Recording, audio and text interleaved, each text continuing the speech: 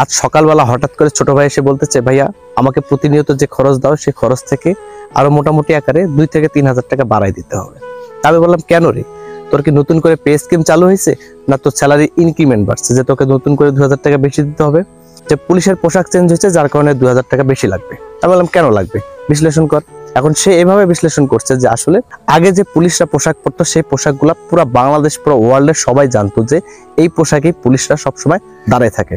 এবং আমরা যারা মোটরসাইকেল রাইড করি তারা কিন্তু দূর থেকে 3-4টা পুলিশ দেখলে ইনশাআল্লাহ আমরা অলিগলি দিয়ে বের হয়ে যাওয়ার চেষ্টা করি, যেন কোনো কারণে আমরা লাইসেন্স মামলা বা হেলমেট মামলা বা ইন্স্যুরেন্স মামলা এই সকল মামলা থেকে যেন আমরা পরিত্রাণ পাই।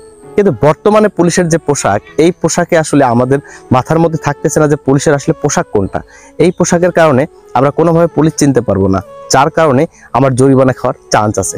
সেখান থেকে ছোট ভাই দাবি করতে যে আসলে পুলিশের পোশাক চেঞ্জ হওয়ার কারণে আমার এখন 2 থেকে 3 হাজার টাকা বর্তমানে বেশি লাগতে পারে এবং সেই টাকা নাকি তাকে দিতে হবে।